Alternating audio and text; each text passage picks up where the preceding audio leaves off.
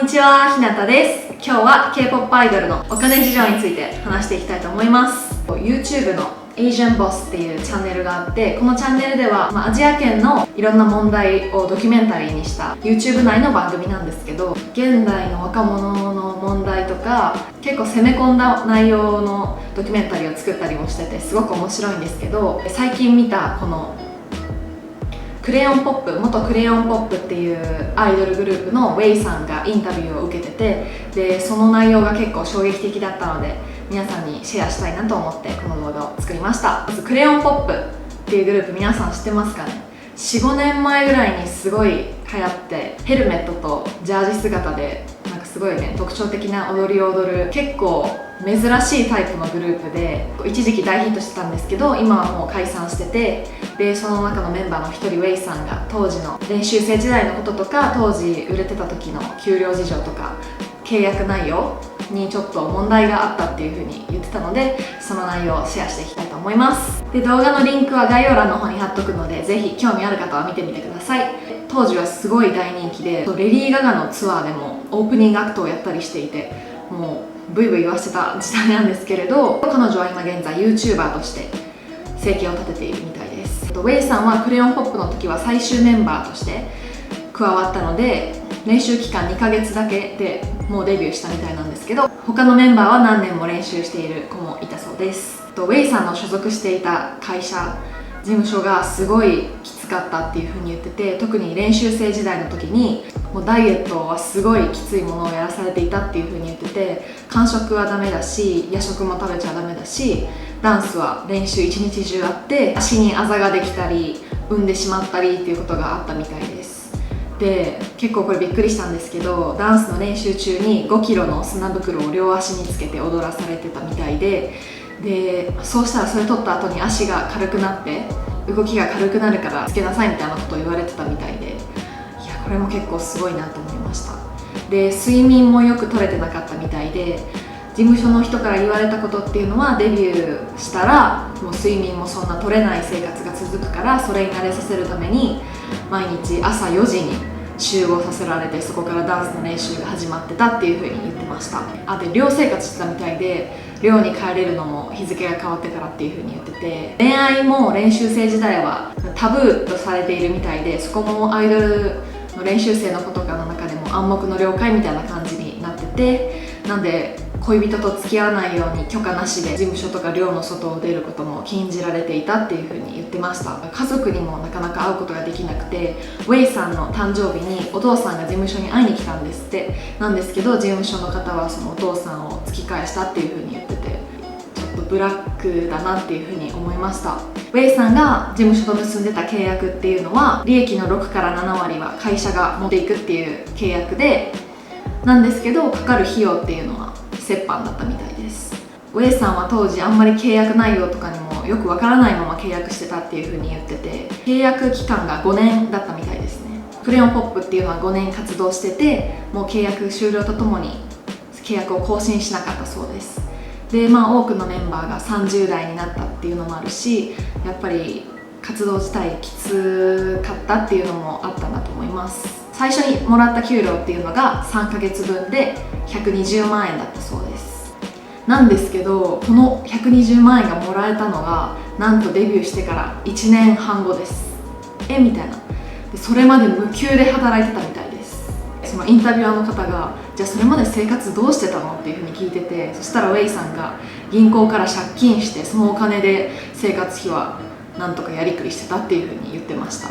さっき言ったレディー・ガガのイベントでもウェイさんたちはさすがにこんな大きいイベントだし給料もらえるだろうっていうふうに思ってたみたいなんですね。で事務所の人にこの給料どうなってますかって聞いたら、いや給料じゃなくてあんたたちはもう借金してるよっていうふうに言われたそうです。その言われた理由っていうのが、アメリカにいる間韓国で活動できたそのイベントとかに出れなかったから、そのお金を取り返してもらわないといけないっていうふうに言われたみたいで、なんでもう本当に返すのですごい大変だったっていうふうに言ってました。で私これはこのウェイさんの入ってた事務所だけかなって思ったんですけど、でも調べたら練習生っていうのは基本的に事務所に入ったら寮に泊まる人たちが多いんですけど、その寮費とか食費、レッスン費とかも全部事務所が負担してるんですね。なんでそのお金、そこに練習生1人にかかるお金っていうのも膨大な額みたいで、 SM エンターテインメントの社長が昔テレビに出てて、その時に言ってたのが、少女時代っていうグループ、私の大好きだった少女時代のがデビューするまでにかかった費用、オーディション費も含めたら1人2億円かかっているっていうふうに言ってました。事務所としてはその子たちに、先行投資のような感じですごいお金をかけてるので、デビューしたらそのお金をやっぱ返してもらわないといけないっていう風に思ってて、全部の事務所がそうじゃないと思うんですけど、いくつかの事務所ではそのあなたにかけたお金を返してもらうまではあなた無給で働いてくださいっていうこともあるみたいです。なんでやっぱ最初はそのアイドルの給料とかは返済に充てるので、最初給料がもらえないっていうことが起こるみたいですね。でこのシステムのことをブレイクイーブンシステムっていうそうです。また後ほど大手3社、今4社の契約内容とかもネットに上がってたので、それが 100% 本当かわかんないんですけど、一応後でそれも紹介したいと思います。でウェイさんが番組の最後にアドバイスを一言くれますかっていうふうに言ってたことっていうのが、アイドルはやっぱりキラキラした部分とかいい部分しか見えてない人も多いと思うんですけど、その裏には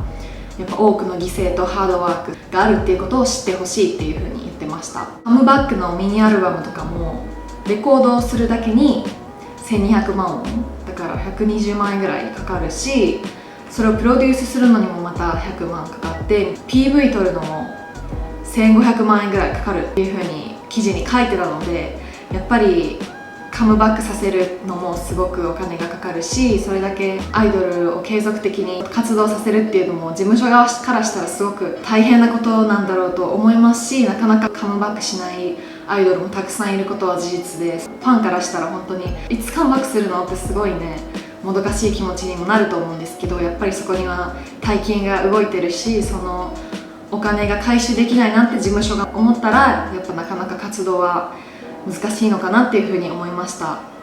でつい最近ね FX もクリスタル以外がみんな契約を終了してしまったり、某事務所では女性アイドルグループがね全然活動できなかったり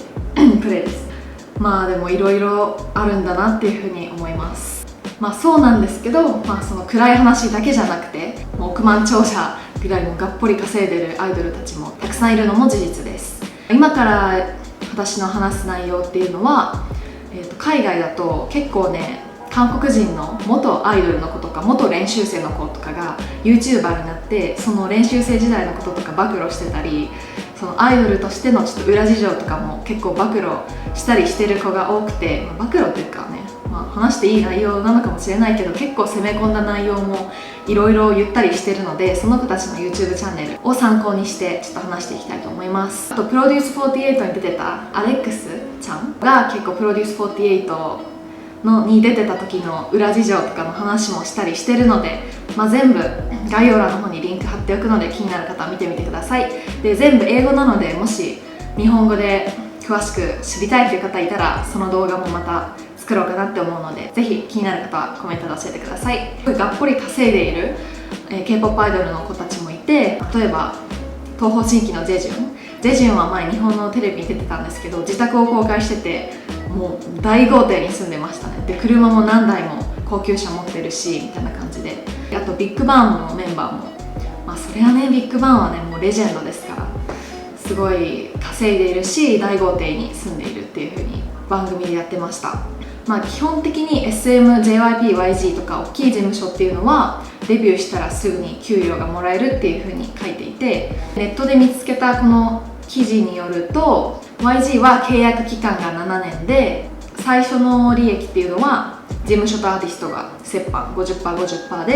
で、その後更新されたら事務所が 30%、 アーティストが 70% を持っていけるそうです。でイベントとかだと、事務所40、アーティスト60っていう風に書いてて、この下の方に書いてるんですけど、 Breakover Point っていうのに達してなくても数字通り折半されますよっていうことなので、最初無給っていうのはないっていうことですね。で BTS バンタンが所属している B ヒも同じような感じですね、 YG と。で JYP もほとんど一緒ですね。イベントはでも事務所が多く取ってるね。で、基本的に契約期間7年の事務所が多いのかなって思いました。と SM も7年で、これ結構ちょっと SM びっくりしたんですけど、最初の利益は事務所が 95% でアーティストが 5% しかもらえないみたいです。でその後更新されても事務所90、アーティスト 10% っていう風に書いてますね。結構ですねこれ。でもオーバーシーズプロモーションだから海外でのプロモーションとかだと事務所30でアーティスト70もらえるみたいです。本当に事務所によりけりだと思いますし、やっぱりアイドルの子たちもどの事務所に入るのが自分にとって最適な決断かなっていうのもちゃんと見極めてから入った方がいいっていうことが分かりますね。できるのが、